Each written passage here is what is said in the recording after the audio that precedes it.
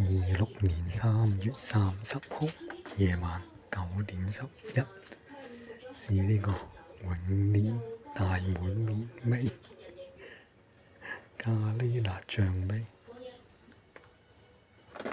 日清胡柿屋，唔知咩嚟，唔知咩牌子。呢個先好笑，25蚊就可以送永年咖喱魚蛋串咯，咁都得。中國製造喎，